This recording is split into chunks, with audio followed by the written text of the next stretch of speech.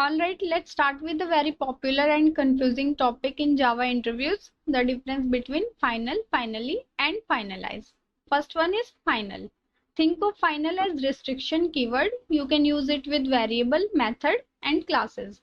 So if we declare a variable as final, we cannot change its value. If we declare a method as final, that method cannot be overridden by a subclass. And if we declare a class as final, that class can't be extended by any classes. In this example, we declare an integer variable x and marked it as final, which means its value cannot be changed. So if we try to assign x equal to 20, the compiler gives an error. Similarly, if we make a method as final, it cannot be overridden by subclass, and if we make a class as final, no one can extend it. Next is finally.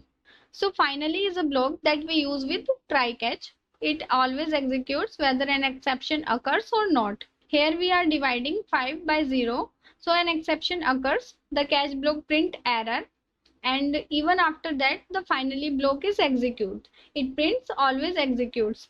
This is useful when you want to close resources like file streams or database connections. No matter what happens in the try block, finally block always get executes. Finalize is a method provided by Java's object class. It's called by the garbage collector just before destroying the object. You can override this method to release resources or print a message. But finalize is rarely used now, and it's even deprecated in newer Java version. We prefer try with resources and better memory management techniques today. Let's move on to the next one. What are wrapper classes in Java? Why and when do we use them? So in Java, there are 8 primitive data types and they are not objects. But Java is an object-oriented language and many frameworks like collections need objects. That's why wrapper class comes in.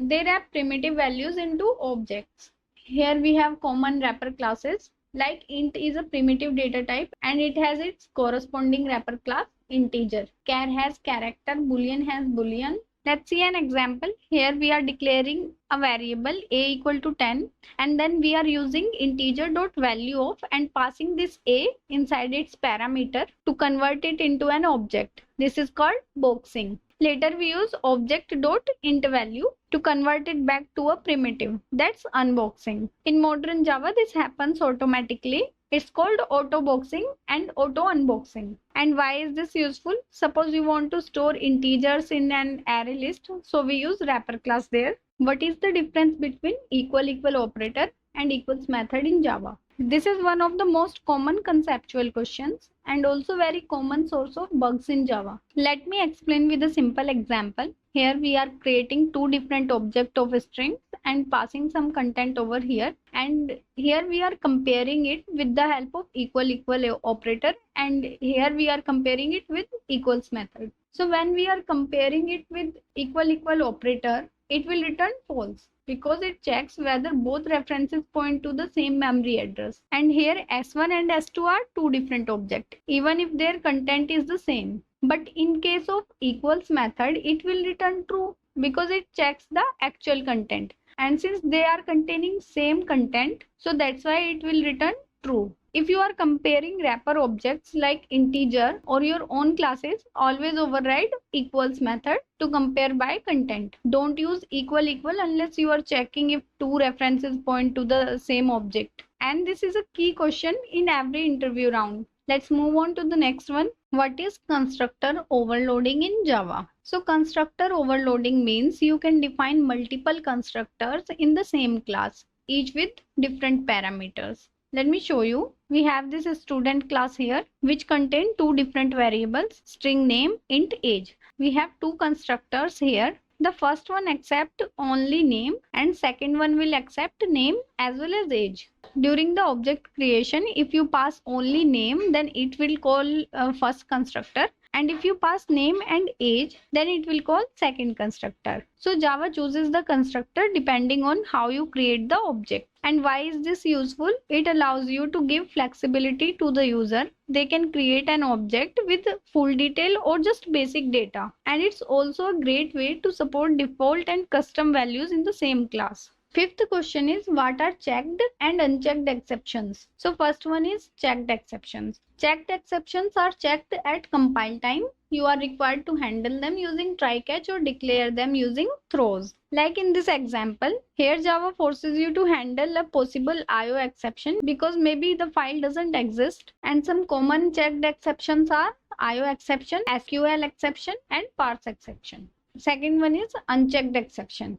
So unchecked exception occurs at runtime. The compiler doesn't force you to handle them. Like in this example, this code will compile fine, but at runtime it throws an error because we are dividing 10 by 0. So it will throw an arithmetic exception. And some common unchecked exception are null pointer exception, arithmetic exception, array index out of bound exception. Use checked exception for recoverable errors like file not found or database issue, and use unchecked exception for bugs in logic that you want to fix in code. What is the difference between ArrayList and LinkedList? These are two popular implementations of the list interface. So ArrayList uses a dynamic array internally. It's great for random access using indexing. This is the example of ArrayList here. LinkedList uses a doubly linked list internally. It's better for frequent insertion and deletion operation. So when we try to access by index, ArrayList is faster than LinkedList. And if we add or remove in middle, then ArrayList is slower than LinkedList.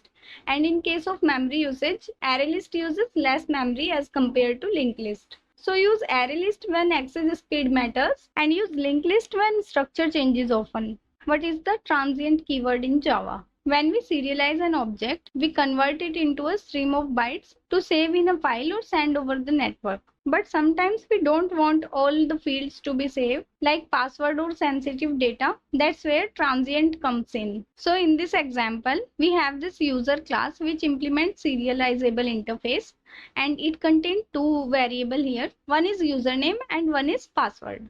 So here password will be ignored during serialization because we are using transient keyword here. So imagine you are saving user data to a file. You want to store their username but not their password. So marking password as transient make it safer. And transient is only relevant when you are using serialization. Moving forward to the next question. What is the object class in Java? Name two commonly used methods. In Java, every class you write directly or indirectly inherits from the object class. So this class comes from java.lang package, and it provides some basic method that all Java classes get by default. And two most commonly used methods are toString method and equals method. Let's see example. We have a student class here and it contains this toString method, and this is equals method. So by default toString method prints class name and memory address, but we often override it. Now when you print the object, it shows the name instead of memory address. And equals method check whether two objects are logically equal or not.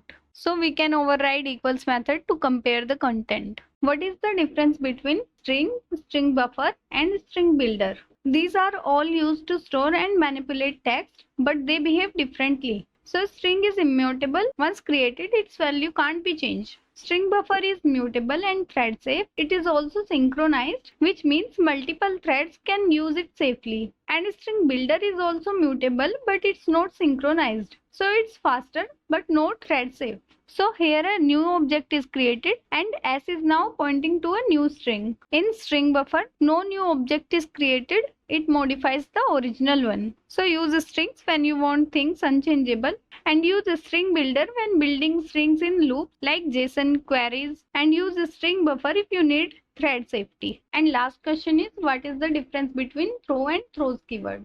This question sounds tricky, but it's simple when you understand the context. So throw keyword is used to actually throw an exception. So you have to declare throw keyword inside the method. Like in example, this is a method and we are declaring it here. So here you are telling Java to immediately stop and throw this exception. And throws keyword is used in a method signature to declare that the method might throw an exception. Like in this example, we are declaring it here. This is basically saying that, hey caller, this method might throw an exception, so be ready to handle it. So the purpose of throw keyword is throw an exception manually, and the purpose of throws keyword is declare potential exception. And we use throw keyword inside the method and throws keyword in method header. Use throw to create an exception and use throws to announce an exception. If you found this video helpful, don't forget to like, share and subscribe, and all the best for your interviews.